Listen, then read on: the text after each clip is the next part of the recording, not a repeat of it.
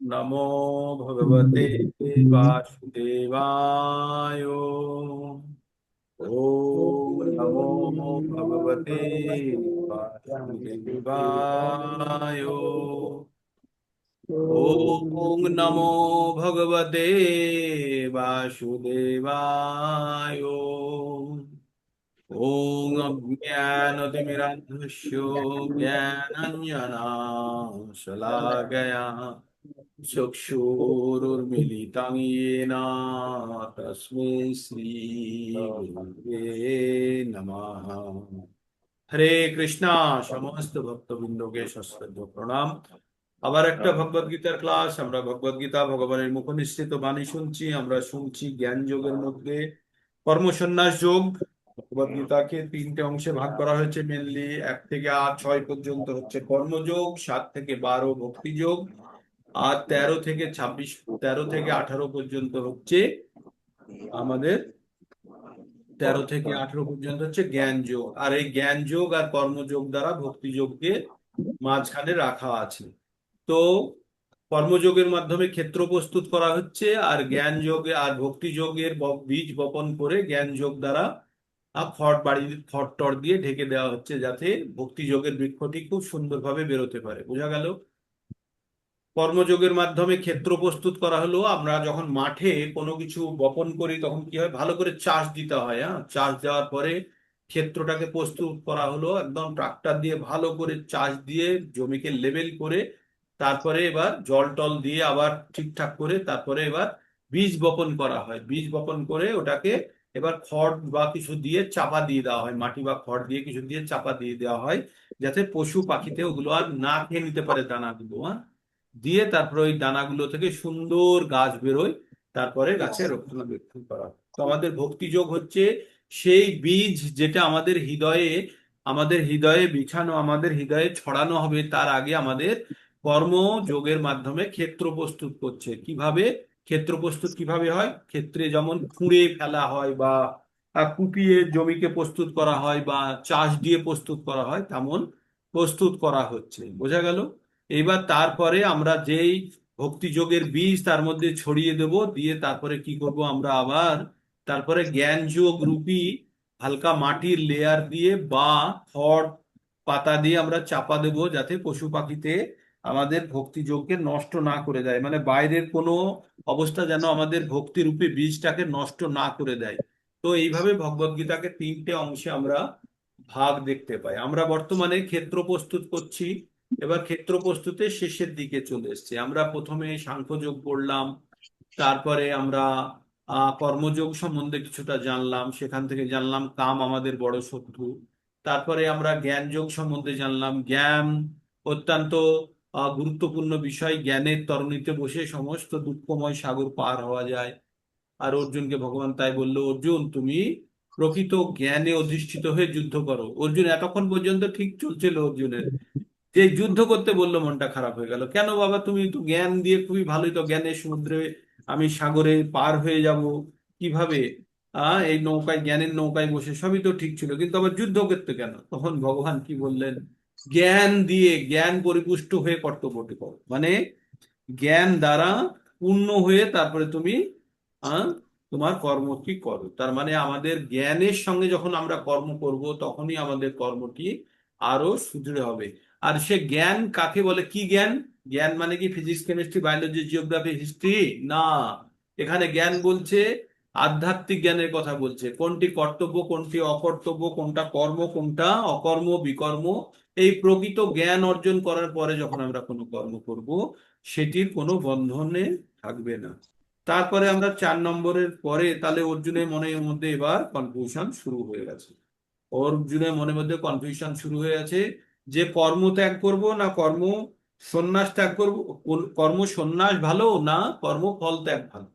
তাই নিয়ে আমরা বিশদ আলোচনা করলাম। তাই অর্জুন প্রথমে কি জিজ্ঞেস করলো, সন্ন্যাসং কর্মণং কৃষ্ণ পুনর্যোগং চ সংশসি যশ্রেয় এতয়দরেকম তন্মে ব্রূহি সুনিশ্চিতং।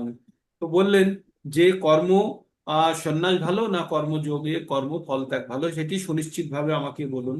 তখন ভগবান বললেন যে সন্ন্যাস কর্মযোগশ্চ নিশ্চয়স্কিরা নিশ্চয়স্করাবুভো তয়োস্তু কর্ম সন্ন্যাসাৎ কর্মযোগো বিশিষ্যতে। বললেন কর্মযোগ বা সাংখ্যযোগের মধ্যে কোনো পার্থক্য নাই। জ্ঞেয় স নিত্য সন্ন্যাসী যো না দেষ্টি না কাঙ্ক্ষতি নির্দ্বন্দ্ব হি মহাবাহো সুখম বন্ধাত প্রমোচ্যতে। আসলে এগুলো এখন পড়ে চলে যাচ্ছি কেন? কারণ এগুলো আমাদের অলরেডি বারবার ডিসকাশন করা হয়েছে, কিন্তু আপনাদের মেমোরিকে জাস্ট ব্রাশ করার জন্য আমি এগুলো আপনাদের বুদ্ধি বলে নিয়ে চলে যাচ্ছি। হ্যাঁ, তো আমরা 3 নম্বর পর্যন্ত পড়লাম। 4 নম্বর, 4 নম্বর, আমার ক্যামেরা অন আছে না নেই? আচ্ছা, 4 নম্বর আমরা কি পড়লাম? সাংখ্য যোগ পৃথক বালাং প্রবদন্তে না পণ্ডিতাঃ একমুপস্থিত সম্যম উভয় বিদ্যতে ফলম। আমরা পড়েছি এটা, যে দুটো একই রকমের ফল দেয়, যে পণ্ডিত সে সাংখ্যযোগকে আর কর্মযোগকে আলাদাভাবে দেখে না। দুজনের ফল, দুজনের গন্তব্যস্থল এক, তাই দুজনের উদ্দেশ্য এবং গন্তব্যস্থল যেহেতু এক, সেই জন্য এটার মধ্যে কোনো পার্থক্য দেখে না কারা? জ্ঞানীরা। হ্যাঁ? তারপরে কি বললো ভগবান? আহ, এক মিনিট, তারপরে আমি বইটা বার করি। তারপরে আমরা 4 নম্বরে আমরা সাংখ্যযোগ হয়ে গেল। তারপরে 5 নম্বর, যৎ সাংখ্যে প্রাপ্যতে স্থানং তজ্যোগ যোগেরপি গম্যতে একক সাংখ্য চ যোগং চ পশ্যতি স পশ্যতি। যিনি জানেন যে যোগের দ্বারা যে ফল প্রাপ্ত হয়, কর্মযোগের দ্বারাও সেই ফল পাওয়া যায়, এইভাবে সাংখ্য ও কর্মযোগের মধ্যে এক বলে মনে করেন, তিনি যথেষ্ট তত্ত্বদ্রষ্টা। যিনি তত্ত্ব জানেন, যিনি তত্ত্ব জেনে গেছেন, তার কাছে এই দুটোর মধ্যে কোনো বিশেষ পার্থক্য নেই, কারণ দুজনের গন্তব্যস্থলই একই। পাটনা হয়ে দিল্লি যান আর আপনি ধানবাদ হয়ে দিল্লি দিল্লি যান, কোনো বিশেষ ফারাক নেই। তারপরে কি বললেন? সন্ন্যাসস্তু মহাবাহো দুঃখম আপ্লুতম যোগতঃ। সন্ন্যাসস্তু মহাবাহো দুঃখম আপ্তুম যোগতঃ যোগযুক্ত মুনির্ব্রহ্ম অচিরেনাধিগচ্ছতি। বললেন হে মহাবাহু, কর্মযোগ ব্যতীত কেবল কর্ম ত্যাগ স্বরূপ সন্ন্যাস দুঃখজনক। কি বললো এখানে? কর্ম ত্যাগ, কর্মফল ত্যাগ ইজ বেটার, কিন্তু কর্ম ত্যাগ করাটা একটু কষ্টকর, যেটা কর্মসন্ন্যাসের কথা বলছে। কিন্তু নিষ্কাম কর্মে যুক্ত মুনি, নিষ্কাম কর্মে যুক্ত সাধু, যারা নিষ্কাম কর্মের ফলের প্রতি আশা করে না, তারা অচিরেই ব্রহ্মকে লাভ করে। এই যে আমাদের সাধুরা আছে, মন্দির আশ্রমে থাকে, তারা, আমি বলেছিলাম না, ডিজাস্টার হলে তারা গিয়ে সাহায্য করে লোকেদের। সেখানে তাদের কোনো সকাম কর্ম নয়, তারা পুণ্য উৎপন্নও করতে যায়নি, তারা কি করতে গেছে? কর্তব্য পালন করতে গেছে। আর তারা এই ভেবে গেছে ওই ব্যক্তিগুলো যদি বেঁচে থাকে, কোনো না কোনো দিন তাদের সামান্য হলেও পারমার্থিক উন্নতি হবে। আর আমি যেখানে সাহায্য করতে পারি সেখানে যদি সাহায্য না করা হয়, তাহলে সেটা কৃপণতা। তাই তারা কৃপণতার ঊর্ধ্বে উঠে, তারা, সাধুরা কি ব্রাহ্মণেরও উপরে, তাই তারা সাধারণ মানুষের সাহায্যের জন্য গেছে। তারপরে আমরা কি পড়লাম সাথে? যোগযুক্ত বিশুদ্ধাত্মা বিজিতাত্মা জিতেন্দ্রিয় সর্বভূতাত্মা ভূতাত্মা কুর্বন্নপি না লিপ্যতে। নিষ্কাম কর্মযোগ, আমরা এই চ্যাপ্টারটি যা পড়ছি সব নিষ্কাম কর্মযোগ আর কর্মসন্ন্যাসের উপরে বেশিরভাগ কথা। তবে একটা জিনিস বলা হচ্ছে, কর্মফল ত্যাগ করা, ভগবানের উদ্দেশ্যে কর্ম করা, বুদ্ধির সঙ্গে কর্ম করা, যেখানে সকাম কর্মের বন্ধনে বন্ধনে যুক্ত না হওয়া, সবগুলো এক জায়গাতে কেন্দ্রীভূত করে দিয়েছে। তাই বলছে যোগযুক্ত বিশুদ্ধাত্মা, যে আত্মা যোগ যোগে আছে, কর্মযোগের মাধ্যমে আছে, আর বিশুদ্ধ, তার মধ্যে কোনো দূষণ নেই। হ্যাঁ, বিজিত আত্মা, সে আত্মা, বিজিত আত্মা জিতেন্দ্রিয়, তারা সেই আত্মা ইন্দ্রকেও জয়লাভ করেছে। কি বলছে? নিষ্কাম কর্মযোগে যুক্ত বিশুদ্ধ বুদ্ধি সম্পন্ন আত্মসংযত ও জিতেন্দ্রীয় আত্মা সকলের প্রিয়। সকলের প্রিয়, এবং অন্য সকলেও তার কাছে প্রিয়। তিনি সব সময় কর্ম করেও তাতে কর্মের না লিপ্যতে, কুর্বান্নপি না লিপ্যতে, মানে কখনো কর্ম করেও সে তাতে লিপ্ত হন না। তারপরে আমরা 7-8-এ পড়লাম যে আমরা যাবতীয় কার্যকলাপ, আমাদের যাবতীয় ইন্দ্রিয় সমূহের কার্যকলাপ করি, কিন্তু কাজ করেও সেগুলো থেকে নির্লিপ্ত থাকে। কে? তত্ত্বাদষ্টিক জ্ঞানী ব্যক্তিরা, যারা চিন্ময় চেতনায় অধিষ্ঠিত। কি বললো? নৈব কিঞ্চিত করোমিতি যুক্ত মন্যত তত্ত্ববিদ। নৈব কিঞ্চিত করোমিতি যুক্ত মন্যত কর্ম তত্ত্ববিদ। স্পৃশান সিঞ্চন স্পৃশান জিঘ্রান अस्नान गच्छन् शपान् शशान् प्रलपन् विसर्जन् गृह्णान् उन्मिषन् निमिषन्नपि ইন্দ্রিয়াণি ইন্দ্রিয়স্থেষু বর্তন্ত ইতি ধারায়ণ। এটা লয়টা আনতে পারলাম না, তবু এরকমই পড়বেন, কঠিন কঠিন শব্দ আছে।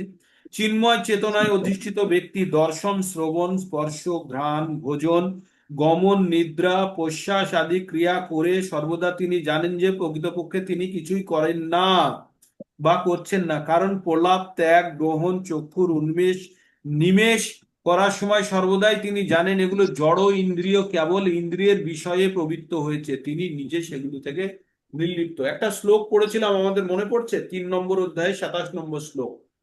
শ্লোকটি এমন ছিল: প্রকৃতি ক্রিয়ামানানি গুণে কর্মাণি সর্বস্ব অহংকার বিমূঢ়াত্মা কর্তাহামিতি মন্যতে। তো সেখানে ছিল আমরা সমস্ত কিছু কার্যকলাপ করি প্রকৃতির 3 গুণ দ্বারা প্রবৃদ্ধ হয়ে। প্রকৃত অর্থে আমরা কিছু করি না, ওই 3টে গুণের প্রভাবেই করি।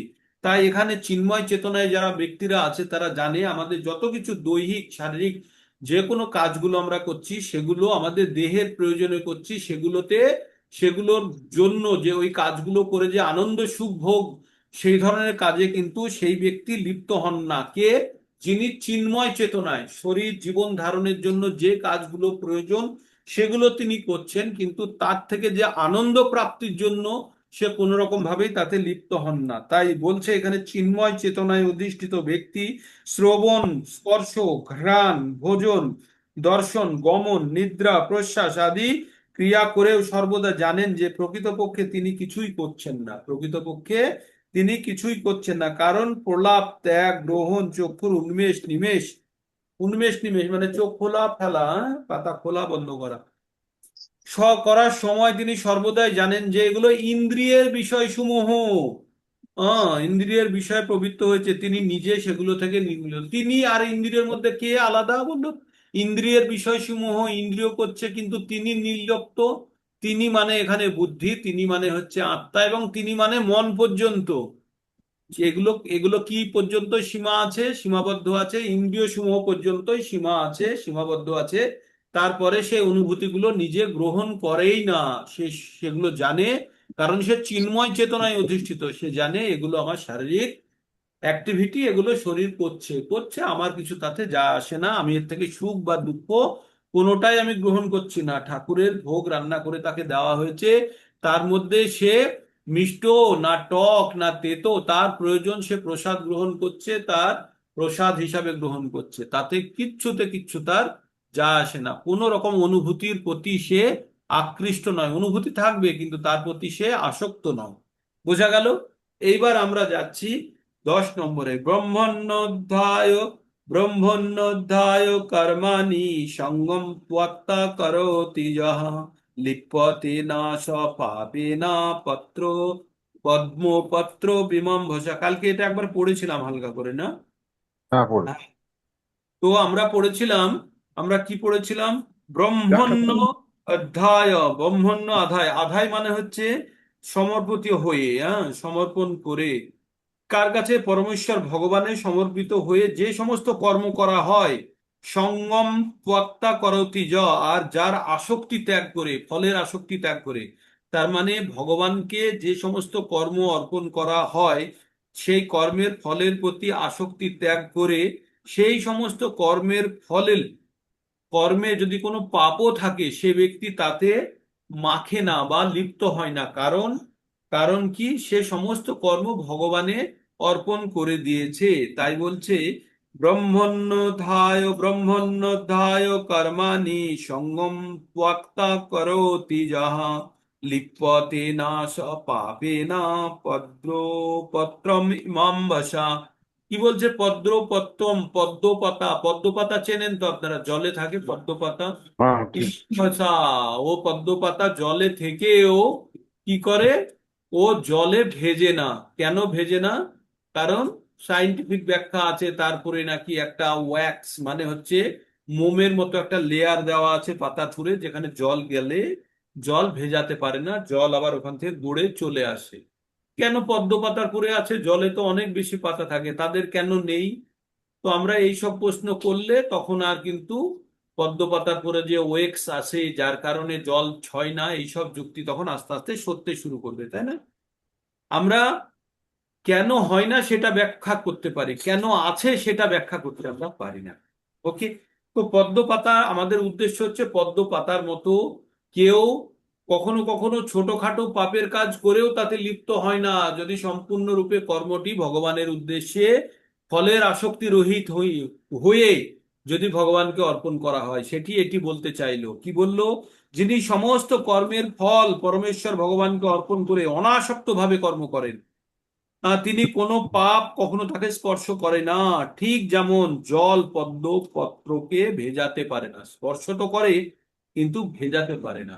বোঝা গেল কত গুরুত্বপূর্ণ শ্লোকটি? শ্লোকটি বলছে যে আমরা যখন কোনো কাজ করি, ছোটখাটো আমাদের পাপ হতেই থাকে। আমরা ফুল গাছ থেকে পারি, তারপরে গাছের কখনো কোনো পোকা সে ফুলের মধ্যে ছিল, সে পোকাটা মারা যেতে পারে, গাছের লাগতে পারে, গাছকে কষ্ট দিতে পারে, যদিও গাছ তার ফুলকে গাছকে অর্পণ ভগবানকে অর্পণ করাতে সে ধন্য হয় তার জীবন। কিন্তু কিন্তু আমরা আমরা আমরা যখনই কোনো কাজ করতে গিয়ে, কোনো কাজ করা মানেই তার সঙ্গে ছোটখাটো পাপ আমাদের লুকিয়ে থাকতেই পারে। আপনি ঠাকুর ঘর পরিষ্কার করতে গেলেন, দেখলেন 50টা পিঁপড়েই মরে গেল আপনার হাতে মোছার সময়, কারণ ওখানে তো ঠাকুরকে চরণামৃত অমুক তমুক দিয়েছেন, যার কারণে পিঁপড়ে এসেছে, আর সেই পিঁপড়েকে সরাতে গিয়ে অনেকগুলো মরে গেল, তাই না? তো এই যে ছোটখাটো পাপগুলো আপনার গায়ে লাগবে না কখন? যখন আপনি সম্পূর্ণভাবে কর্মটি ভগবানকে অর্পণ করেছেন এবং কর্মের আসক্তি রহিত ভাবে। আপনি যদি ওই যজ্ঞের ফলে যদি আপনি পুত্র কামনা করেন, আর সেই যজ্ঞ করতে গিয়ে আপনি যদি একটা ছাগল বলি দেন, তাহলে ছাগল বলি দেওয়ার পাপ কিন্তু আপনাকে গ্রহণ করতে হবে, মাথায় থাকে যেন। কারণ আপনি ওই যজ্ঞের ফল গ্রহণ করতে চাইছেন, তো তো ওই যজ্ঞ করার জন্য যদি কোনো পাপ করে থাকেন ছোটখাটো, সে পাপটিও বহন করার জন্য রেডি থাকতে হবে। কিন্তু যদি সেই যজ্ঞটি সম্পূর্ণভাবে ব্রহ্মের উদ্দেশ্যে, যদি ব্রহ্ম অর্পণাং যজ্ঞ যদি হয়, যদি ব্রহ্মকে অর্পণ করে যদি যজ্ঞ করা হয়, আর যজ্ঞের ফল যদি আমরা ব্রহ্মতেই সমাহিত করে দিই, তাহলে সেটি ব্রহ্মযজ্ঞ হবে, তখন আর তাতে কোন রকম আমরা পাপের ফল আমরা গ্রহণ করব না। তাই এখানে বলছে ব্রহ্মণ্যদায় কর্মাণি সঙ্গম ত্বক্তা করোতি যা লিপ্যতে নাশ পাপেনা পদ্ম পদ্ম ইমাম ভাসা। ঠিক আছে, বোঝা গেল। এবার 10 নম্বরটা তো আমরা একটু যদি পড়তে থাকি। এখানে ব্রহ্মণী শব্দটির অর্থ কৃষ্ণ ভাবনা, অর্থাৎ জড় প্রকৃতির তিনটে গুণের সমষ্টিগত অভিব্যক্তি, যাকে পরিভাষায় বলা হয় প্রধান। প্রধান কাকে বলে? আপনারা প্রধান, আমাদের গ্রামের প্রধান থাকে, তারা গ্রামকে শাসন করে, তেমনি আমাদের প্রকৃতির তিনটে গুণ কি কি আছে? সত, রজ এবং তম। তো কোন গুণটি আমাদের কখনো একটা গুণ আর একটা গুণকে সবসময় হারানোর চেষ্টা করে? তো যে গুণটি জিতে থাকে, এই তিনটে গুণের সমষ্টি বা যোগ ফলের পরে যে গুণটি জিতে থাকে সেটিকে বলা হয় প্রধান। তার মানে প্রধান কি সবসময় শতগুণ হবে, রজগুণ হবে, না তমগুণ হবে? বলুন, কি হবে প্রধান? যে যে শক্তিশালী হবে সেই হবে। আপনার জন্য এখন প্রধান কি? শতগুণ সপ্তগুণ। শতগুণ শতগুণ। এখন আপনাদের প্রধান হচ্ছে শতগুণ, খানিকক্ষণ পরে আপনাদের প্রধান হয়ে যাবে রজগুণ, আবার সন্ধ্যাবেলা যখন ঘুমোতে যাবেন তখন প্রধান হয়ে যাবে তমগুণ। তম কিন্তু যারা সবসময় ভগবান চেতনায়, যারা সবসময় কৃষ্ণ চেতনায়, যারা সবসময় ঈশ্বর চেতনায় মগ্ন, তারা সবসময় কিসে থাকে? শতগুণ। আর এই সপ্তগুণে কিসে থাকে। থাকে? শতগুণ। সপ্তগুণে থাকে। ত্রিগুণাতীত ত্রিগুণাতীত থাকে, যারা সবসময় কৃষ্ণ ভগবান থাকে। তারা শতগুণেরও ঊর্ধ্বে থাকে, যারা সব সময় ঈশ্বর চেতনায় মগ্ন। হ্যাঁ, বাহ্যিক কোনো কোনো চিন্তা তাদেরকে বিরক্ত উত্তেজিত করতে পারে না, সে সবসময় ব্রহ্মভূত অবস্থা, গুণাতীত অবস্থায় থাকে। আর যখন ব্রহ্মভূত অবস্থায় থাকে তখন কি থাকে? তার প্রসন্ন আত্মা, তার মন অত্যন্ত হর্ষিত থাকে। ব্রহ্মভূত প্রসন্ন আত্মা না শোচতি না কাঙ্ক্ষতি, কোনো জিনিসের জন্য সে চিন্তাও করে না, কোনো জিনিসের জন্য সে ভাবনাও করে না, হ্যাঁ? আর সে জিনিসের জন্য আকাঙ্ক্ষাও করে না, কোনো জিনিসের জন্য দেশ বা দুঃখও করে না। কোনো জিনিস যদি তার কাছে এসে গেল তাকে ঘৃণাও করে না।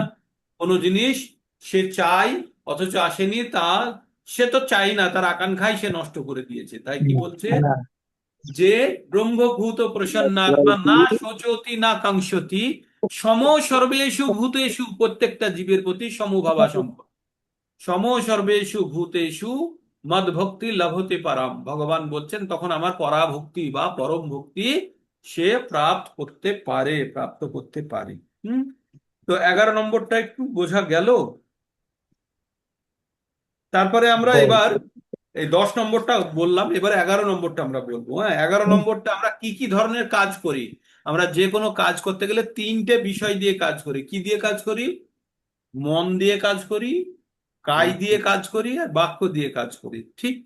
তো আমরা যখন জুম মন্দিরে বসে যখন আলোচনা করি তখন আমরা কি কি দিয়ে কাজ করি? কায় দিয়ে কাজ করতে পারি না, কারণ আমরা তো কায়িক ভাবে আলাদা আলাদা জায়গায় আছি। আমরা কি দিয়ে কাজ করি? মন দিয়ে কাজ করি আর বাক্য দিয়ে কাজ করি, তাই তো? তো আপনারা দেখুন, মন দিয়ে কাজ করা, বাক্য দিয়ে কাজ করা আর কায়িক কাজ, তিনটেই গুরুত্বপূর্ণ। আর তিনটে সমান ফল পাওয়া যায়, মানে বুঝতে পারছেন? আপনি মনে মনে যদি একটা মন্দির স্থাপন করে সেই মন্দিরে বসে যদি আপনি প্রতিদিন পুজো করেন, একটি মন্দির স্থাপন করে পুজো করার সমান ফল পাবেন আপনি। বোঝা গেল কি বললাম? একটি মনে মনে যদি আপনি মন্দির স্থাপন করতে পারেন সঠিকভাবে, এবং সেই মন্দিরে প্রতিষ্ঠিত ভগবান রেখে আপনি যদি মনে মনেই পুজো করছেন, তাহলে কিন্তু আপনি সেটি কায়িক ভাবে মন্দির তৈরি করে সেই মন্দিরে বসে পুজো করার যে ফল, একই ফল পাবেন আপনি। তাহলে মানসিক ভাবে করাই ভালো।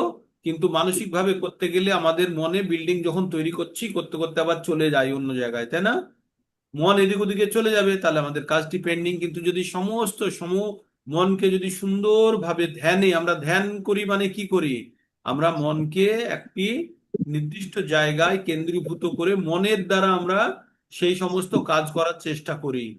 কাজ কি? পারমার্থিক উন্নতির চেষ্টা করি। ধ্যানের মধ্যে কি করি? আমরা ঈশ্বর চেতনাটাকে আরো তীব্র রূপে প্রকট করে ঈশ্বরের কাছাকাছি যাওয়ার চেষ্টা করি। এটি একটি যোগ, যে যোগের দ্বারা ঈশ্বরের সঙ্গে যুক্ত হওয়ার চেষ্টা করা হয়। কিভাবে? মনকে সংযত করে। হুম। তো এখানে এবার আমরা পড়বো কায়েনা মনসা বুদ্ধা কৈবল্যৈরিন্দ্রিয়ৈরপি যোগিনা যোগিনা কর্ম কুর্বন্তি সঙ্গম ত্বক্তাত্ম শুদ্ধয়ে সঙ্গম ত্বক্তাত্ম শুদ্ধয়ে কায়েন মনসা বুদ্ধা কৈবল্যৈরিন্দ্রিয়ৈরপি যোগিনা কর্ম কুর্বন্তি সঙ্গম ত্বক্তাত্ম শুদ্ধয়ে। বললেন আত্মশুদ্ধির জন্যই কেবল যোগীরা কর্মফলের আসক্তি ত্যাগ করে। কিসের জন্য? আত্মশুদ্ধির জন্য। কি করে যোগীরা?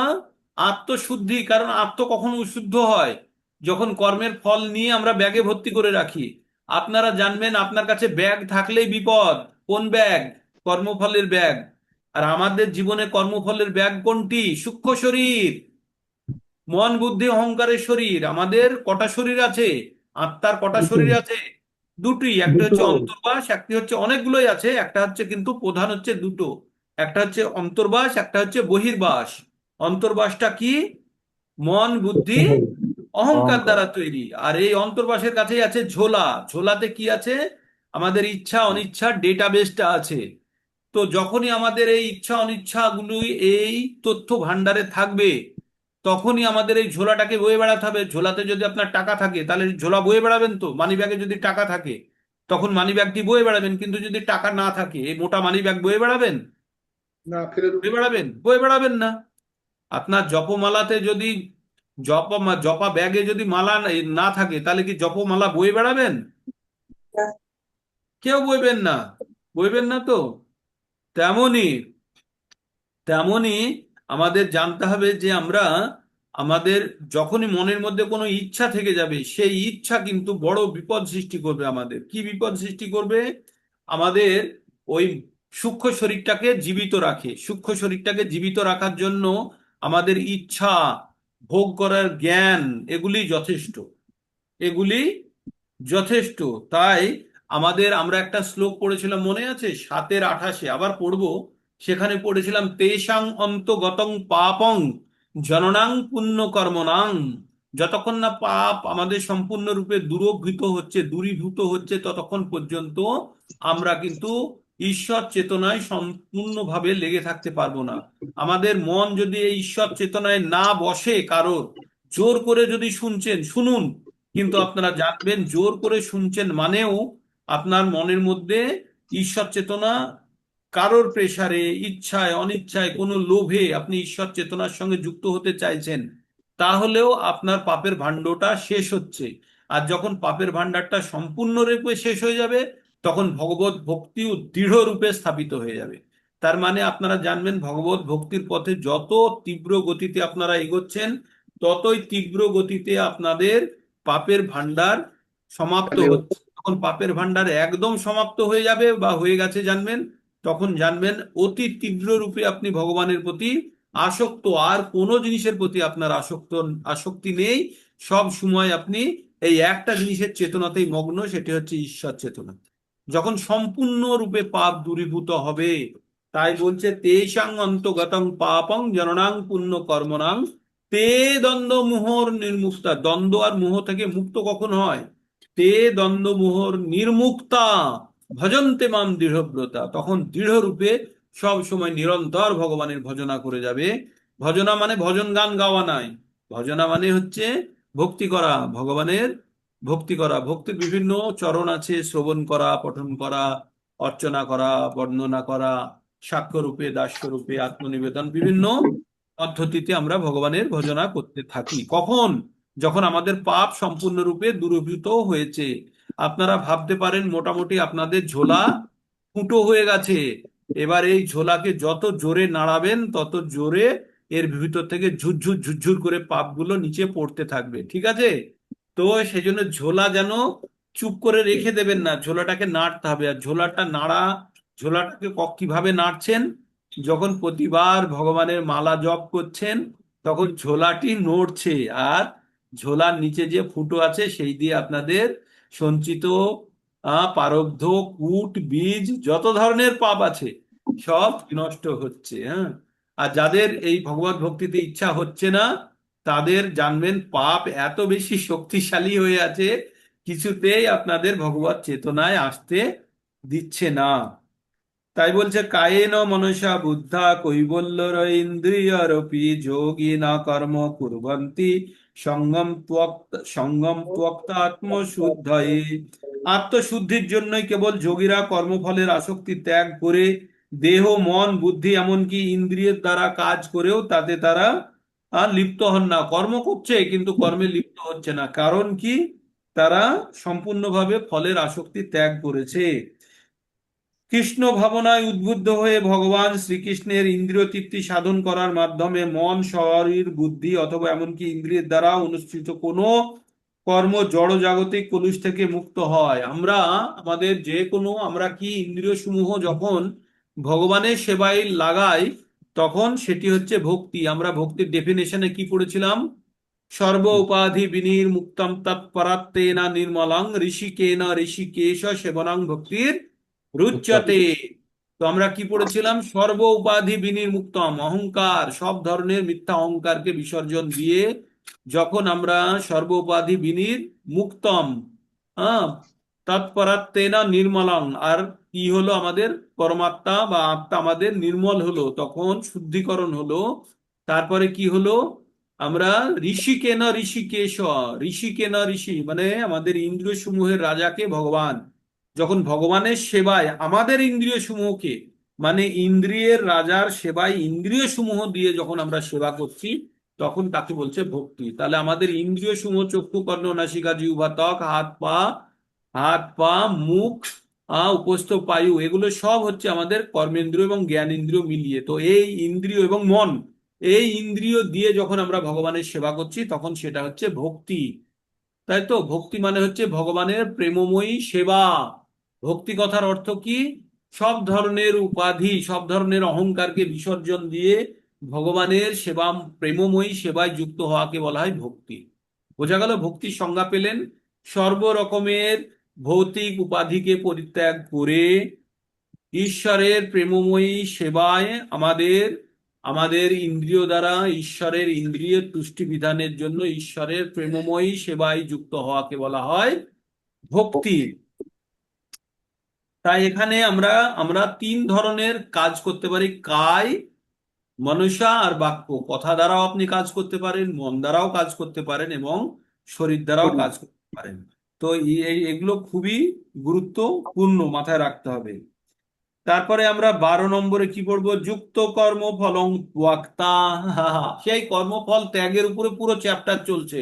কিসের উপরে চলছে? কর্মফল ত্যাগের উপরে। কারণ কর্ম সন্ন্যাস চ্যাপ্টারের নাম। তো কর্ম সন্ন্যাস মানে কর্মের ফল থেকে সন্ন্যাস নেওয়া। যুক্ত কর্ম ফলং ত্যাক্তা শান্তিম আপনোতি নৈষ্ঠিকাম অযুক্ত কর্ম কাম কারেণ ফলে শক্ত নিবদ্ধতে। খুব সুন্দর। যুক্ত কর্ম ফলং ত্যাক্তা, যে কর্মফলের প্রতি ত্যাগ করে যে কর্মে যুক্ত আছে, শান্তি মাপনতি নৈষ্ঠিকম, তার শান্তি মাপনতি, সে শান্তি পায়। আর তার এটি আরো নৈষ্ঠিকম মানে আরো দৃঢ়ভাবে নৈষ্ঠিকী শান্তি লাভ করে। কিভাবে? যুক্ত কর্মফলং মানে কর্মতে যুক্ত আছে, কর্মে যুক্ত আছে, কিন্তু ফলে ফলং ত্যাক্তা মানে কি বলছে? যুক্ত কর্ম ফলং ত্যাক্তা, এইভাবে পড়ুন। কর্মে যুক্ত কিন্তু ফল ত্যাগ। হ্যাঁ, তাই না? তাহলে কি পাবে সে? শান্তি আপনতি নৈষ্ঠিকম, তার দৃঢ়ভাবে তার শান্তিটি আরো শক্তিশালী ভাবে স্থায়ী হবে। যোগী কর্মফল ত্যাগ করে নৈষ্ঠিকী শান্তি লাভ করেন, কিন্তু সকাম কর্মী কর্মফলের প্রতি আসক্ত হয়ে কর্ম করার ফলে কর্মের বন্ধনে আবদ্ধ হয়। তারা সকাম কর্মী এবং বিকর্মী যারা আছে, তারা কর্মফলের প্রতি আসক্ত থেকে তারা কি হয়? তারা তারা কর্মের বন্ধনে আবদ্ধ হয়। আর কর্মের বন্ধনে আবদ্ধ হলে কি হয় বলুন তো? কর্মের বন্ধনে কি আবার হয়? পুনর্জন্ম পুনরায় হবে। পুনর্জন্ম হবে। কি হিসাবে? হ্যাঁ, কর্মফল হিসাবে। আর কর্মফল হিসাবে পুনর্জন্ম মানেই জন্ম, মৃত্যু, জরা, ব্যাধি, আধ্যাত্মিক, আদি ভৌতিক, আদি দৈবিক, এই 7 ধরনের সমস্যার মধ্যে দিয়ে যেতে হবে। তাই বুদ্ধিমান ব্যক্তি কি করবে? প্রকৃত জ্ঞান অর্জন করে কর্মের বন্ধনে যাতে আবদ্ধ না হতে হয়, যাতে আমাদেরকে টাকার ব্যাগ না নিয়ে যেতে হয়। টাকার যেখানে প্রয়োজনই নেই সেখানে টাকার ব্যাগ নিয়ে যাব কেন, তাই না? তাই আমাদের পুণ্য বা পাপের ঝোলাটাকে শেষ করতে হবে। আমাদের পুণ্য থাকলেও বিপদ, কিন্তু মাথায় রাখবেন, পুণ্য করলেও বিপদ। ওই পুণ্যের ফল ভোগ করতে আসতে হবে। আপনি যদি কাউকে টাকা ধার দেন তাহলে তো পুণ্য হলো, সেই টাকা আবার তুলতে আপনাকে আবার আসতে হবে। তো কোনটি তাহলে ভালো? প্রভুজি, ধার দেওয়া ভালো না প্রভু টাকা ধার দেওয়া ভালো? হুম। প্রভুজি এখন তো প্রভু নতুন প্রযুক্তি এসে গেছে। আর বলছি প্রভুজি, এখন তো নতুন প্রযুক্তি এসে গেছে, ফিজিক্যাল ওয়ালেটের দরকার নেই, ই ওয়ালেট তো হয়ে গেছে। তো সেটাকে কি করে অ্যাভয়েড করব? এখন তো আর ব্যাগ পাওয়ার দরকার নেই, এখন তো ই ওয়ালেট আছে। ই সেটাকে কি ওয়ালেটটা, করে অ্যাভয়েড করব? হ্যাঁ, ই ওয়ালেটের পাসওয়ার্ড ভুলে গেলেই হয়ে গেল। হ্যাঁ, ওইটাই, সেইটাই কথাই বলছি। প্রভুজি ই ওয়ালেটের পাসওয়ার্ড ভুলে যান। হুম। হ্যাঁ, প্রভুজি যে আমি যখন কাগজটায়, প্রভুজি আমি যখন দিচ্ছি, ধার দিচ্ছি ধরুন, তখন এই হ্যাঁ, ভেবে দেবো 70 টাকা পূর্বক দেবো, তাহলে আমার পাপ হবে না? আর যেটা আরেকবার বলুন। বলছি আমি যখন কাউকে পয়সা ধার দিলাম, হুম। সেটা ফেরত পাওয়ার আশা করে দেবো না, আমি তাই করি। একদম, মানে আপনার মন থেকে ভেবে নিতে হবে, মন থেকে, তান থেকে, সব দিক থেকে ভেবে রাখতে হবে যে এই টাকাটা আমি ব্যবসার খাতিরে ধার দিলাম, তার প্রয়োজনের জন্য দিলাম। সে যদি ফেরত দেয় তাহলে কাজে লাগবে, যদি ফেরত না দেয় তাহলে তার জন্যই এই টাকাটি নির্ধারিত ছিল। এইভাবে দিলেও কিছু যায় আসে না, না দিলেও কিছু যায় আসে না, এই রকম মানসিকতা যদি উৎপন্ন করতে পারেন তবেই ধার দেবেন। আর যদি ধার দেন যে টাকাটা ফেরত দেবে, তাহলে কিন্তু টাকা নেওয়ার জন্য আপনাকে আবার আসতে হবে, মাথায় থাকে জানো। একদম কারেক্ট। তো আমাদের টাকা ধার দিলেও ধার শোধ করতে, ধার নিতে আসতে হবে। আর টাকা ধার নিলেও ওই ধার শোধ করতে আসতে হবে। মাথায় থাকে যেন, দুটোই বিপজ্জনক, দুটোই বিপজ্জনক।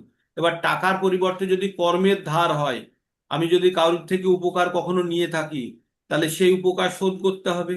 আর যদি কর্তব্য হিসাবে যদি সে কর্ম করে থাকে, তাহলে উপকার কিন্তু সে আর আমার পুরে যে উপকারটা করলো, আমি তাকে বললাম যে ভগবানের দ্বারা আমি উপকারটা পেয়েছি, ভগবান আমাকেও তুমি কোনো কাজে লাগাতে পারো, তাই বলে ভগবানের প্রতি কৃতজ্ঞতা ব্যক্ত করতে হবে। নাকি সেই ব্যক্তির প্রতি যদি আপনি বেশি কৃতজ্ঞতা ব্যক্ত করেন, তাহলে কোনো না কোনো ভাবে সেই ব্যক্তির কর্মের প্রতি আপনি আসক্ত হয়ে গেলেন। তার মানে সেই ব্যক্তিকেই আপনি শোধ দেওয়ার চেষ্টা করবেন পরবর্তীতে, তাই না? তো আমাদের তাহলে এখানে কি প্রভুজি, বলুন। তাহলে প্রভুজি এই যে ধরুন আপনার সহযোগে আমরা এই গীতা শিখছি, তাহলে আপনার কি আর কৃতজ্ঞতা স্বীকার করবো না? এটা হচ্ছে আপনার পারমার্থিক উন্নতির জন্য। আপনি কি এটা পড়ে শিখে কি আপনি টাকা ইনকাম করতে যাবেন? ও আচ্ছা আচ্ছা, বহুত টাকা রোজগারের জন্য। হ্যাঁ, মানে এটাতে যেন পজিটিভ ফল না আসে। পারমার্থিক উন্নতির জন্য হচ্ছে মানে আপনি শিখছেন মানে আপনারও উন্নতি করছেন। আমরা ভগবত গীতার শেষে গিয়ে শিখবো কি, যে এই পরম জ্ঞান যে আমার ভক্তদের মধ্যে বিতরণ করে, সে আমার কাছে অত্যন্ত প্রিয়, সে যে আমার কাছে আসবে তাতে কোনো সন্দেহ নেই। কে বলছে? ভগবান। তো আপনারা যে এই শিখে ভগবত ঋণ করছেন, আপনারা ঋণ তো অবশ্যই করছেন, ভগবত ঋণ। হ্যাঁ, ভগবত গীতা যদি আমার থেকে কিছুটা হলেও শিখতে পাচ্ছেন, আমার তো কোনো ক্ষমতা নেই, আমি তো ওই বই দেখে দেখে পড়ে বলি। তো যতখানি আপনারা জ্ঞান প্রাপ্ত করছেন, ততখানি জ্ঞানের কিন্তু ঋণ হয়, এটাকে বলে ভগবত ঋণ। তাই এই ভগবত ঋণ কিভাবে শোধ হয়? যখন আপনি আবার আরেকজনকে এই জ্ঞানটি ট্রান্সফার করে দিলেন, ঠিক আছে? ও আচ্ছা। যখন একটা মোমবাতি থেকে আর একটা মোমবাতিতে যখন আগুন জ্বালিয়ে দেন, তখন প্রথম মোমবাতিটা কিন্তু আগুন ক্ষয় হয় না, ক্ষয় হয়, কিন্তু পরের না। মোমবাতি থেকে অনেক আগুন জ্বালাতে পারে সে, এইভাবেই জ্বলতে পারে। কিন্তু প্রথম মোমবাতির তো আগুন কমে যায় না, কমে কমে না। তো আপনি এই ভগবত জ্ঞান যখন প্রাপ্ত করছেন, তখন আপনাকেও এই জ্ঞানটি অন্যকে ট্রান্সফার করতে হবে। আর অন্যকে ট্রান্সফার করার আগে নিজেকে আরো পুষ্ট করতে হবে। তার মানে কি করতে হবে? ভালোভাবে শিখতে হবে, শিখে অন্যদের কাছে এই জ্ঞান প্রসার করার চেষ্টা করতে হবে। বোঝা গেল? কখনোই হ্যাঁ। ভাববেন না যে ঋণ ঋণ মানে তাহলে প্রভুকে দেওয়ার জন্য, প্রভু কোথায় আছে, নরকে আছে না কোথায় আছে, হয়তো কুকুর জীবন যাপন করছে, আপনার কাছে কুকুর হয়ে কুকুরের কাছে ঘুরে বেড়াতে হবে খুঁজতে প্রভু কোথায় গেল বলে, তাই তো? সেরকম কিচ্ছু করতে হবে না। আপনারা ভগবত ঋণ, যেমন আমরা পিতৃঋণ কি আমাদের কাছে, পিতা আমাদেরকে পুত্র সন্তান হিসাবে আমাদেরকে জন্ম দিয়েছে, তাই আমাদেরও সন্তান উৎপন্ন করার দায়িত্ব। এটা হচ্ছে পিতৃঋণ শোধ, বুঝলেন? এমন নাকি পিতা আমাকে পুত্র হিসাবে তৈরি করেছে, কারণ তিনি তার পিতার ঋণ শোধ করেছেন। এবার আমি আমার পিতার ঋণ শোধ করব, আমি সন্তান উৎপন্ন করে, ঠিক আছে? আবার সেই সন্তান আবার আমার ঋণ শোধ করবে, আবার সে সন্তান উৎপন্ন করে, এইভাবেই পরম্পরা চলছে। তো আমরা যে জ্ঞান প্রাপ্ত করছি, সেই জ্ঞান আমরা কি করব? আমরা অন্যের কাছে ট্রান্সফার করব, ঠিক আছে? তো তাহলে প্রভু কোনো রকমের প্রভু মাথা- আপনি যে আমাদের জ্ঞান দান করছেন, তাহলে আপনার জায়গা। আমার জায়গা আপনাদের সেবা করার জন্য। ভগবান বলেছে তুই সেবা করবি, সেবাতে না, আনন্দ, সেটা বলছি আপনার তাহলে তো আপনার ভগবত ধামে জায়গা। ভগবত ধামে তো জায়গা হবে না। যারা প্রভুজি, প্রাইভেট, হ্যাঁ বলুন, বলুন। বলছি যার কন্যা সন্তান হয় সে হুম। নাকি পুত্র পিতৃ পিতৃঋণ থেকে মুক্ত। পুত্র আর কন্যা সন্তানের মধ্যে কোনো পার্থক্য নেই ভগবানের দৃষ্টিতে, দুটোই সন্তান, ঠিক আছে? আর পুত্র সন্তান মানে হচ্ছে, যেহেতু পুত্র সেই সংসারের, সেই কুলের সে টাইটেল ক্যারি করে, সেই কুলে, যেহেতু আমাদের পুরুষ শাসিত সমাজ, পুরুষ শাসিত সমাজে পুত্র সেই বংশের রক্ষক বলা হয়। কিন্তু এগুলোর আমাদের সমাজ ব্যবস্থার উপরে, ভগবানের সমাজ ব্যবস্থা এরকম কেউ নেই। আপনি যে সন্তান উৎপন্ন করেছেন, সেই সন্তানের মাধ্যমেই আপনি আপনার পিতৃঋণ শোধ করছেন। আবার সেই সন্তান যদি আবার সন্তান উৎপন্ন করে, তবে সন্তান উৎপাদনের কথাই, ভগবানের কথাই হচ্ছে, আপনি সন্তান উৎপন্ন করে সেই সন্তানকে যদি ভগবান চেতনায় না আনতে পারেন, তাহলে কিন্তু আপনি সঠিক সন্তান উৎপন্ন করতে পারেননি, মানে আপনার চেষ্টা বৃথা, ঠিক? তো ভগবান বলছে এখানে যে আপনি যে ধরনের, আমরা পড়িনি, একটা একটা শ্লোক পড়েছিলাম মনে আছে 7 নম্বরের, যে কামরাগ বিবর্জিতম, হুম, বলং বলবতাম अस्मि কামরাগ বলং বিবর্জিতম, বলবতাং চ। অবিরুদ্ধ ভূতেষু কাম अस्मि ভরতর্ষভ। ভগবান বলেছে তো 7 নম্বর অধ্যায়ের 10 নম্বর শ্লোকে, বলেছে তো যে বলং বলবতাম अस्मि কামরাগ বিবর্জিতম, ধর্ম অবিরুদ্ধ ভূতেষু ধর্মা বিরুদ্ধ ভূতেষু কামোস্মি ভরতর্ষভ। ভারতস্য। ভরতর্ষভ, হ্যাঁ, তো ভরতর্ষভ, তো ভগবান এই কথাই বলেছে যে যদি আপনার কাম যদি যুক্ত হতে হয়, সেটি যদি ধর্ম অবিরুদ্ধ হয়, তাহলে কোনো অসুবিধা নেই। যখন আমরা ভগবান কৃষ্ণ ভাবনাময় বা ঈশ্বর ভাবনাময় যদি কেউ সন্তান উৎপন্ন করে, তাহলে সেটি ঋণ শোধ নাকি নতুন ঋণ তৈরি করছে সে, ঠিক আছে? সেটি ঈশ্বরের উদ্দেশ্যেই কর্মটি কৃত হচ্ছে। কিন্তু যদি সে সন্তানকে যদি ভগবান চেতনায় উদ্বুদ্ধ না করতে পারে, তাহলে সে ঋণই থেকে গেল। ওকে, বোঝা গেল? একদম। হ্যাঁ। তাহলে হরে কৃষ্ণ হরে কৃষ্ণ প্রভুজি, প্রভু। দণ্ডবত প্রণাম। একটা প্রশ্ন এসে গেল তো। বলুন, প্রশ্ন এসে গেল, বলুন, আসবে তো প্রশ্ন। প্রশ্ন এসে গেল, তাহলে ব্রহ্মচারী আর সন্ন্যাসী তারা তো পিতৃঋণ ওইভাবে পালন করতে পারলো না। তারা তারা আগেই শোধ করে দিচ্ছে। একজন যদি কেউ ঈশ্বর চেতনায় যদি উদ্বুদ্ধ হয়ে যায়, তার আগে পিছে 714 জনম উদ্ধার করবে সে, তাকে এমনি ঋণ থেকে উদ্ধার করে দেবে, ঠিক আছে? সে তার আগে পিছে যত আছে সব সব উদ্ধার করে দিল সে। ব্রহ্মচারী বা সন্ন্যাসী যারা আর সংসার জীবনে যারা যুক্ত হয়নি, তারা ব্রহ্ম জ্ঞান যদি প্রাপ্ত করে গেছে, ব্রহ্মভূত অবস্থায় যদি পৌঁছে গেছে, ব্রহ্মজ্ঞ হয়ে গেছে, তারা 714 জনম তারা উদ্ধার করে দিয়েছে, এমনি করে দিয়েছে। তাদের আর কোনো ঋণ তো দূরের কথা, তাদের কাছেই সবাই ঋণী হয়ে থাকবে। আপনারাও ভাবতে পারেন আপনাদের বংশে কেউ একজন ব্রহ্মজ্ঞ ছিলেন, যার করুণাতে আমরা ছোটখাটো হলেও ভক্তির একটা সুযোগ পেয়েছি, এইভাবে ভাববেন। ঠিক আছে, চিন্তার কিছু নেই। হ্যাঁ, হরে প্রভু, কৃষ্ণ প্রভু। বলুন আহ, মাতাজি। মানে আমাদের মতো যারা আর কি আমরা বিশেষ করে আমি আর কি মহিলাদের কথাই বলছি, সংসারী মহিলা। আমরা তো হ্যাঁ। এইভাবে জ্ঞান বিতরণ করতে পারি না, আমরা শুধু গ্রহণ করি, বিতরণ করার যাদের সুযোগ আছে আলাদা, বেশিরভাগই আমরা পারি না। সেই জন্য আমাদের ওই মনু সংহিতা বা আরো অনেক রকম শাস্ত্রেতে লেখা আছে 5টা রেগুলার 5টা যজ্ঞ করার কথা। 5টা যজ্ঞ করলে আমাদের অনেকটা আমরা আর কি এই ঋণ আর কি ঋণ মুক্ত হতে পারি, যেটা আমাদের সারাদিনই তো অনেক প্রকৃতি থেকে আমরা কত কিছু নিই না, এগুলো তো ঋণ নেওয়া। সেই 5টা যজ্ঞ যদি আমরা প্রতিদিন প্রত্যেকে করতে পারি, বিশেষ করে সংসারী মানুষ, তাহলে কিন্তু আমাদের এই জাগতিক ঋণ এবং সঙ্গে সঙ্গে তো ঈশ্বর ভাবনা এটা তো আছেই, ঋণ আমাদের কিন্তু মুক্ত হয়ে যায়। এটা মানে খুব সুন্দরভাবে একটা আর কি বলা আছে। একটা যজ্ঞ করলেই হয়ে যায়, একটা যজ্ঞ করলেই কোনো যজ্ঞ লাগে না, কলিযুগে কোনো যজ্ঞ লাগে না, একটা যজ্ঞ করলেই হয়ে যাবে, শুধু জপ যজ্ঞ। ঠিক জপযজ্ঞ, আছে, জপযজ্ঞ। বাস। হরে জপ হ্যাঁ, যজ্ঞ রাম, হরে বলতে নিরন্তর ভগবানের পবিত্র নামে জপ করুন। সমস্ত প্রকার ঋণ, পাপ, পুণ্য, দুঃখ, কষ্ট, জ্বালা যন্ত্রণা থেকে মুক্ত। একটাই যজ্ঞ, কি যজ্ঞ? জপ যজ্ঞ। ভগবান, জপযজ্ঞ। না না, হরে সেটা তো হ্যাঁ, ঠিকই জপ আছে, জপযজ্ঞ তো মানে সব সময় সেইভাবে মনে মনে হলেও নিরন্তর, তবু সেইভাবে নিরন্তর ভগবান কিন্তু নিরন্তর বলছেন নিরন্তর। হয় না। সংসারের ভেতরে অনেক রকমের পরিস্থিতি এসে যায়, হয় না, কিন্তু এই সকালবেলা ঘুম থেকে উঠেই যদি এই 5টা যজ্ঞ করে নেওয়া যায়। প্রথমে হচ্ছে দেবযজ্ঞ। দেবযজ্ঞ প্রথমেই ওই দেবতার আরাধনা, দেবতার প্রণাম, দেবতার। তারপরে হচ্ছে দেবযজ্ঞর পরে ঋষিযজ্ঞ, যেটা আমরা এখন করছি, ঋষিযজ্ঞ। তারপরে হচ্ছে পিতৃযজ্ঞ, মানে পিতৃপুরুষের নামে তুলসী হলে খুব ভালো, না হলে যে কোনো ফল ফুল গাছে একটু জল দেওয়া তাদের স্মরণ করে। তারপরে হচ্ছে নরযজ্ঞ, আহ সেবা করতে পারলে ভালো, না হলে একটু পয়সা তুলে রাখা, যেখানে সেবাযোগ্য হয় সেখানে সেটা মন্দির দিয়ে দেওয়া। তারপরে হচ্ছে ভূতযজ্ঞ, ওই পশু পাখি প্রাণী এদের একটু খাবার দেওয়া, জল দেওয়া। ব্যাস, এই 5টা যজ্ঞ রোজ করে তারপরে তো ভগবান চেতনায় তো যেতেই হবে, ওটা তো আলটিমেটাম, ওখানে তো আর কিছু শতত কীর্তয়ন্ত মাম যতন্তস্য দৃঢ়ব্রতা। হ্যাঁ, নয়ের আহ, 14 নম্বর শ্লোকে বলছে শতত কীর্তয়ন্ত মাম যথন্তশ্চ দৃঢ়ব্রতা তথায়ন্তশ্চ মাং উত্তম নিত্যযুক্ত উপাসতে। এমন একবার দেখিয়ে নি, মেমোরিও দুর্বল। মন দুর্বল হয়ে যাচ্ছে। মেমোরি দুর্বল, মেমোরির জন্যই তো সব গোলমাল হয়ে যায়। গোলমাল হয়ে যাচ্ছে। শততং কীর্তয়ন্ত মাং যতন্তশ্চ দৃঢ়ব্রতা নমস্তস্যন্তশ্চ মাং নিত্য মাং ভক্তা নিত্যযুক্ত উপাসতে। ঠিকই পড়ে ফেলেছিলাম, ভুল করে হলো।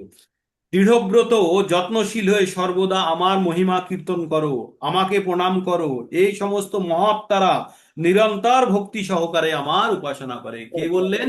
ভগবান বললেন। তাই যে সতত তেষাং অন্তগতং পাপং জননাং পুণ্য কর্মণাং তে বম্ব মুহুর নির্মুক্তা দ্বন্দ্ব মুহুর নির্মুক্তা ভজন্তে মাম দৃঢ়ব্রতা। এটা গেল দৃঢ়ভাবে ভগবানের ভজনা করছে। এবার দৃঢ়ভাবে ভগবানের ভজনা করলেই 10 চলে যায়। তেষাং সতত যুক্ত নাম ভজতাং ভজতাং প্রীতিপূর্বকম পূর্বকাম দদামি দদামি বুদ্ধি বুদ্ধি যোগম। যোগন্তাম ইয়ানু মায়ুপায়ন্তিতে। আমাদের টার্গেট কি? ভগবানের চরণ পাওয়া। তো ভগবান এখানে কিন্তু ক্লু দিয়ে দিলেন, ইয়ানু মায়ু পায়ন্তিতে। তাহলে পুরুষ নারী স্ত্রী বা যেই হোক যেখানেই থাকুক, সে যদি সতত ভগবানের চেতনায় যুক্ত হয়ে থাকে, তেষাং সতত যুক্ত নাম ভজতাং প্রীতিপূর্বকাম দদামি বুদ্ধি যোগম তাম, তাকে ভগবান বুদ্ধি যোগ দেন, যার দ্বারা ইয়ানো মাম উপায়ন্তিতে, আমার কাছে চলে আসতে পারে। আর ভগবানের কাছে চলে যেতে পারলে কি হলো? মাম উপেত্তু পুনর্জন্ম দুঃখালয়ম অশাশ্বতম নাপ্নুবন্তি মহাত্মান স্বয়ং সিদ্ধিম পরমাম গতা। তো এই কথা 3টে শ্লোকের একটা ট্রায়াঙ্গেল বানিয়ে নেবেন, আপনারা লিখে রাখুন, যাদের কাছে খাতা পেন আছে। এই 3টে শ্লোকের ট্রায়াঙ্গেল বানিয়ে নিন, 7-এর 28, 10-এর 10 আর 8-এর 15। এই 3টে শ্লোকের ট্রায়াঙ্গেল একটা আছে, ঠিক আছে? যে 7-এর 28 থেকে শুরু হচ্ছে তেষাং অন্তগতং পাপং থেকে, তারপরে তারপরে হলো তেষাং সতত যুক্ত নাম 10-এর 10, তারপরে চলে গেল মাম উপায়ন্তিতে। এই যে উপায়ন্তি, ভগবানকে পেয়ে গেলে কি হলো? মাম উপেত্তু পুনর্জন্ম দুঃখালয়ম অশাশ্বতম নাপ্নুবন্তি মহাত্মান স্বয়ং সিদ্ধিম পরমাম গতা। একদম স্বয়ং সিদ্ধি হয়ে পরম গতি লাভ করে গেল। এখানে নারী পুরুষ গাছপালা পশু পাখির কোনো কাহিনী নেই। কাহিনী একটাই, সবসময় ভগবান চেতনায় যুক্ত হয়ে থাকুক। আমরা একদম আনকম্প্রোমাইজড শুদ্ধ ভক্তির কথা বলবো, আনকম্প্রোমাইজড শুদ্ধ ভক্তির কথা। এই কথার মাধ্যমে, এই আলোচনার মাধ্যমে, এই জ্ঞানের মাধ্যমে যদি পরবর্তী জীবন, যদি কোনো ব্রহ্মচারীর জীবন আমাদের প্রাপ্ত হয় বা কোনো মন্দিরে যদি স্থান পায়, এই রকম গৃহস্থ জীবন থেকে মুক্ত হওয়া খুব কঠিন। কারণ 1%ও যদি আমাদের মধ্যে ইম্পিউরিটি থাকে, তাহলে কিন্তু আমরা মুক্ত হতে পারবো না। প্রচন্ড শক্তিশালী মন নিয়ে দৃঢ়ভাবে যদি আমরা ঈশ্বর চেতনায়, ঈশ্বর যতগুলো রাস্তা বলেছে, কোনো রাস্তা আমরা কিন্তু খালি ছাড়িনি। 12খানা পয়েন্ট আপনাদের খুঁজে বার করে দিয়েছিলাম CBG 32 এর মধ্যে, যার দ্বারা ভগবানের কাছে যাওয়া যায়। জ্ঞানের মাধ্যমে, ভগবানের অর্চনা, বিগ্রহ পুজো করার মাধ্যমে, ভক্ত হওয়ার মাধ্যমে, তারপরে অন্যের সাহায্য করার মাধ্যমে, তারপরে সমস্ত কর্ম ভগবানকে অর্পণ করার মাধ্যমে, ভগবানের জন্য কাজ করা, ভগবানের চেতনায় মগ্ন থাকা, সবকিছু ঈশ্বরের। শেষে ফাইনালি ভগবান বললেন, মন্মনাভাব মদ্ভক্ত মদ্দাজি মাম নমস্কুরু মামেব এষ শিষ্যত্তম তে প্রতিজানে প্রিয় অসিমে। তুমি আমার অত্যন্ত প্রিয়, তোমার কাছে আমি প্রতিজ্ঞা করছি, তুমি আমাতে মন অর্পণ করো, তুমি আমাতে বুদ্ধি অর্পণ করো, তুমি আমার ভক্ত হও, তুমি আমাকে নমস্কার করো, তুমি আমার পুজো করো, তাহলে তুমি যে আমার কাছে আসবে তাতে কোনো সন্দেহ নেই। তো চোখ বন্ধ করে বসে থাকুন, নারী পুরুষ স্ত্রী কর্মফল সব শেষ, সব প্রভুজি শেষ। বলুন। বলছি ওই 7-এর 28, 10-এর 10 আর একটাই বললেন? 8-এর 15। 8-এর 15। এটা হচ্ছে ট্রায়াঙ্গেল। 3টে শ্লোক খুব ভালোভাবে পড়বেন, বিশ্লেষণ করবেন, দেখবেন দারুণ, মানে এত সুন্দরভাবে ইন্ট্রিগেশন আছে এগুলোর। আসলে শ্লোক আর ইন্ট্রিগেশন গুলো যখন আপনি জেনে যাবেন না, কোন শ্লোকটা কার সঙ্গে রিলেট করছে, এটা যখন জেনে যাবেন, তখন জানবেন পুরো ভগবদ গীতা আপনি শিখে গেছেন। হ্যাঁ, ভগবদ গীতা বইতে তো শিখে mark করি। হ্যাঁ আমি বইতে সবসময় মার্ক করি, আপনি যখন বলেন আমি মার্ক হ্যাঁ করে হ্যাঁ রাখি। হ্যাঁ, এটা বাহ। ওইটা ওইটা। ঠিক আছে, তাহলে আমরা কোথায় দাঁড়িয়েছিলাম? যুক্ত কর্ম ফলং ত্যক্তা শান্তিম আপনোতি নৈষ্ঠিকম অযুক্ত কাম করেন ফলে ফলে শক্ত নিবদ্ধতে, মানে ফলে আসক্ত, ফলে শক্ত নিবদ্ধতে, যাদেরই সামান্যতম ফল পাওয়ার ইচ্ছা আছে। আসলে সকাম কর্ম করতে মানা করে কেন জানেন? আপনাদের, আমরা কর্ম আর অকর্মের মধ্যে যদি এই যে সূক্ষ্ম গ্যাপ, যদি আমরা এই যে পশু পাখিকে খাওয়ানোর কথা বললেন, খুব ভালো কথা, সেখানে নিরাবৈর, সেটা পালন করার জন্য নিরাবৈর সর্বভূতেষু, সকল ভূতের আমরা কল্যাণে রত থাকা উচিত। কিন্তু যদি 1%ও যদি আপনার মনের মধ্যে কখনো যদি উৎপন্ন হয়ে যায়, আমি এই পাখিগুলোকে খাইয়ে অনেক উপকার করছি, বা আমার মনে খুব শান্তি হলো, আমি খাওয়ালাম, আমি বড় কাজ করলাম, এই যদি একবারও ছোট উৎপন্ন হয়ে যায়, বড় বিপদ, মানে কর্ম আসক্ত করে ফেলতে পারে আপনাকে।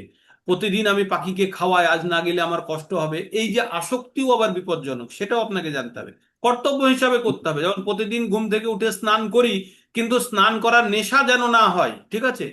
স্নান করার যেন নেশা না হয়, স্নান করলেও হয় না করলেও হয়, কর্তব্য স্নান করছি, কিন্তু যদি স্নান করার নেশা হয়ে যায় তাহলে কিন্তু আবার বিপদ, সেটা হলো আসক্তি। তাই বলছে এখানে এই জিনিসটা আপনাদেরকে খুব সূক্ষ্মভাবে বুঝতে হবে। আপনি সকাম কর্ম করছেন না বিকর্ম করছেন না কর্মযোগ্য করছেন, কর্মযোগ্য মানে ফলের 1%ও আপনি কিন্তু আকাঙ্ক্ষী নন, আপনি কর্তব্য হিসাবে করছেন। কিন্তু যখনই আপনি মনে হবে যে ওই হলুদ পাখিটা প্রতিদিন আসতো আজকে কেন আসছে না, মানে ইউ আর অ্যাটাচড, মানে আপনি ভরত রাজা, রাজা ভরত হয়ে গেলেন। ঠিক এই হেয়ার লাইন জিনিসটা। ডিফারেন্স, হ্যাঁ, হেয়ার লাইন ডিফারেন্স, একদম হেয়ার লাইন ডিফারেন্স। হ্যাঁ, রাজা ভরতের কাহিনী পাতা হয় না, জানেন তো আপনারা সবাই? রাজা হ্যাঁ, ভরত, সে হ্যাঁ, রাজ্য পাট সব ছেড়ে দিয়েছে ভগবানের উদ্দেশ্যে, সে চলে গেছিল কোথায়? বনে গিয়ে জঙ্গলে। তপস্যা করছিল। সেখানে একটি হরিণ, হরিণকে তাড়া করেছে একটি বাঘে, হ্যাঁ।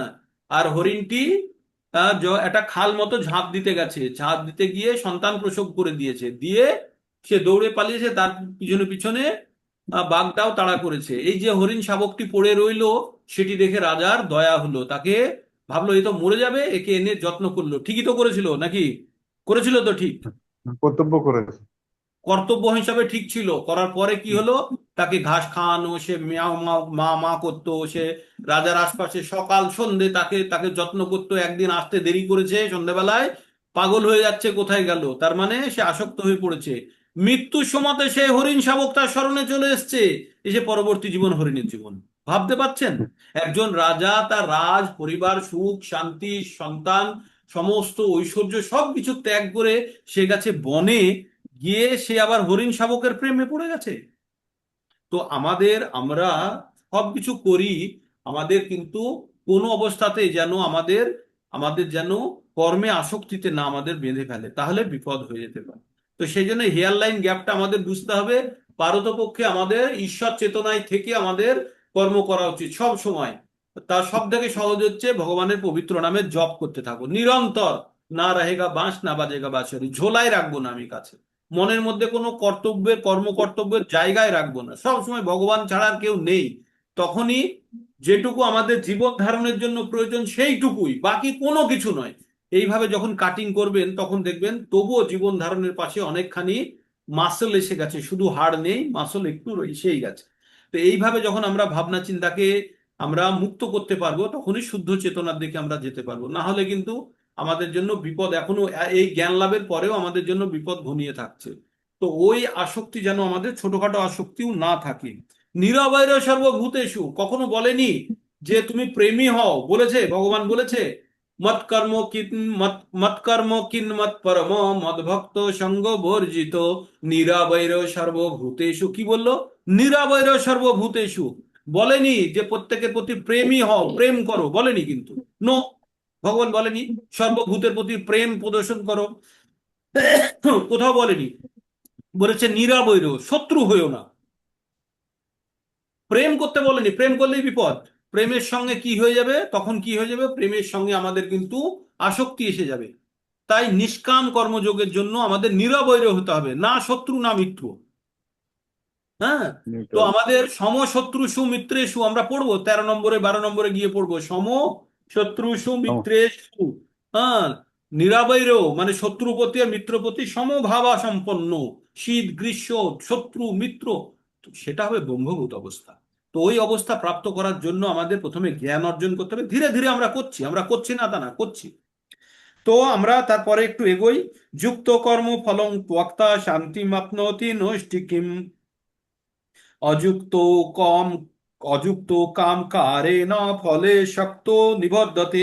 যোগী কর্মফল ত্যাগ করে নৈষ্ঠিকী শান্তি লাভ করেন, কিন্তু সকাম কর্মী কর্মফলের প্রতি আসক্তি হয়ে কর্ম করার ফলে কর্মের বন্ধনে আবদ্ধ হয়। আপনি যদি পাখিকে খাওয়াতে গিয়ে আপনার মনের মধ্যে খুব আনন্দ আসে, আপনি কিন্তু ফল ভোগ করছেন, মাথায় থাকে জানুন। আপনার মনের মধ্যে সুপ্ত অহংকার আছে, যেটাকে আপনি হাওয়া দিলেন, দিয়ে ফোলালেন, ফুলিয়ে আনন্দ ভোগ করলেন, মাথায় থাকে জানুন।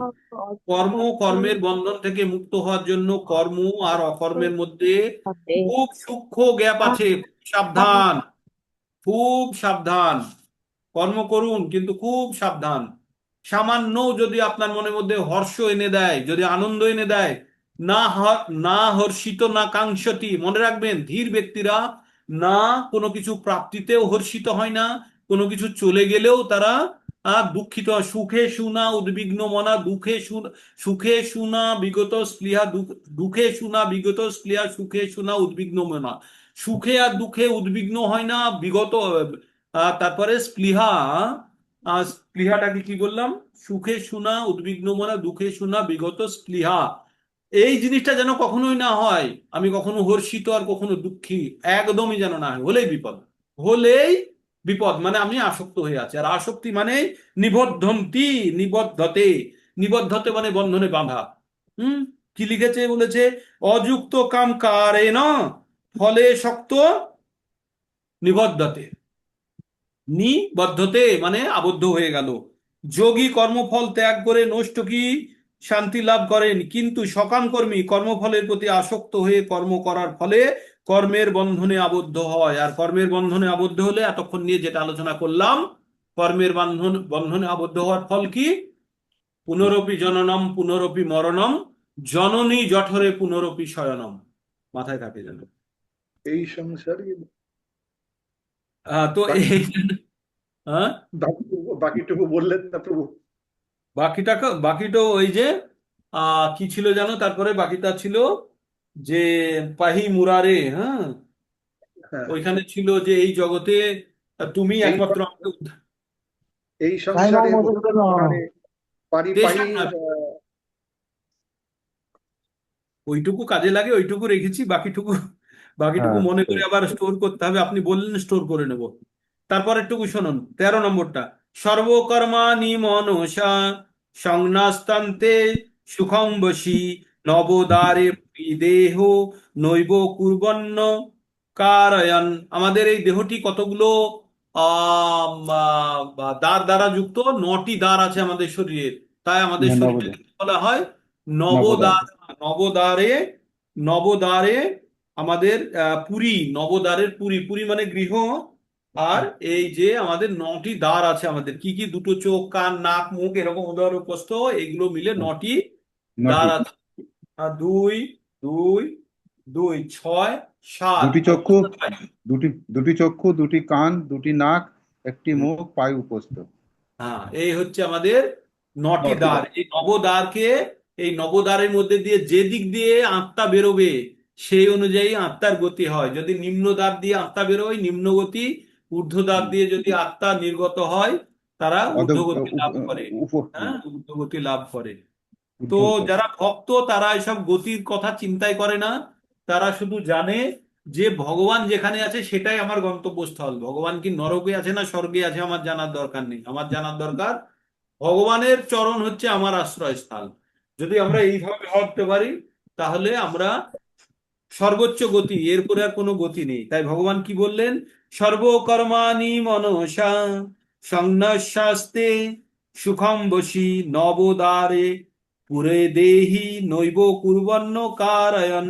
বাহ্য সমস্ত কার্য করেও সংযত হয়ে মনের দ্বারা সমস্ত কর্ম ত্যাগ করে জীব নবদ্বার বিশিষ্ট দেহরূপ নগরে পরম সুখে বাস করতে পারেন। তিনি নিজে কিছুই করেন না বা কাউকে দিয়ে কিছু করান না। হরি বল। সর্বকর্মাণি মনসা সংন্যস্তাস্তে সংন্যস্যস্তে সুখং বশী নবদ্বারে পুরে দেহি নৈব কুর্বন্ন কারয়ন।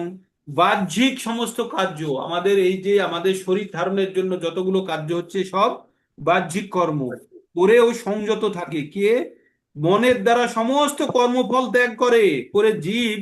যখনই আপনি কর্মের ফল ত্যাগ করবেন না, আপনার আসক্তি যখন কম হয়ে যাবে, আপনি দেখবেন আপনার মধ্যে টেনশন দূর, আপনার মধ্যে শান্তি বিরাজ করতে শুরু করেছে। এই কথাটি কিছুতেই শুরুতে বিশ্বাস করতে পারতাম না, ভাবতাম টাকা ছাড়া কি কখনো শান্তি হয়। আপনাদেরকেও যদি বলে আরে ভগবানের নাম করলে কি খেতে দেবে, হ্যাঁ দেবে, দেবে, ভগবানই দেবে। হাতি কোনসা গিয়ে অফিসে কাজ করে বলুন তো, কখন 9টায় গিয়ে বায়োমেট্রিক দিয়ে ও অ্যাটেন্ডেন্স দেয়? কোনসা ব্যাংকে গিয়ে চাকরি করে, কোনসা স্কুলে গিয়ে পড়ায়? হাতি খেতে পায় না, খেতে পায় না, হাতির বংশ নষ্ট হয়ে গেছে? বেঁচে আছে তো। ওই যে আপনার জানলায় এসে যে পাখিগুলো খেতে বসে, যাদেরকে খাবার দেন, আপনি যদি খাবার না দেন পাখিগুলো মরে যাবে।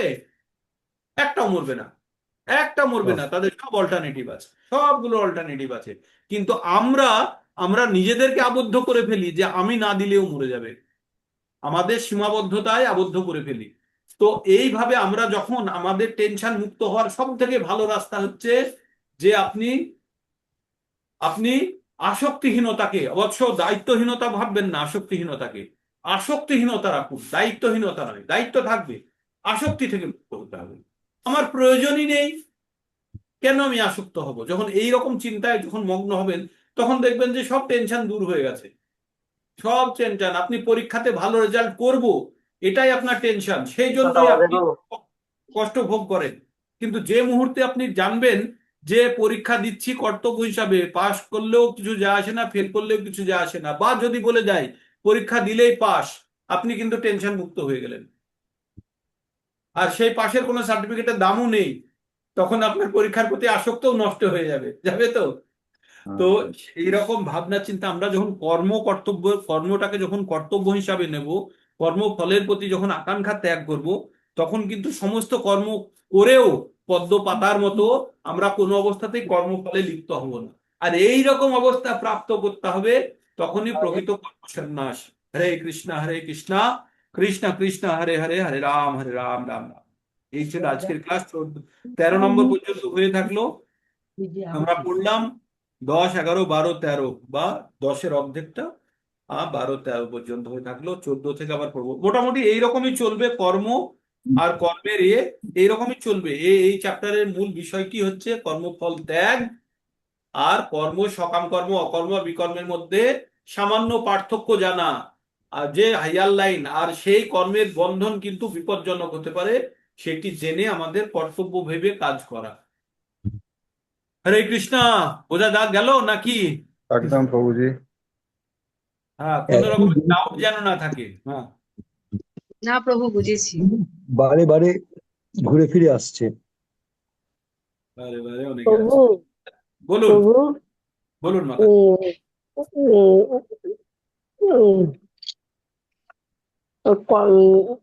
উম, সন্ন্যাসীরা অকর্ম ছাড়া কোনো কর্ম করে না।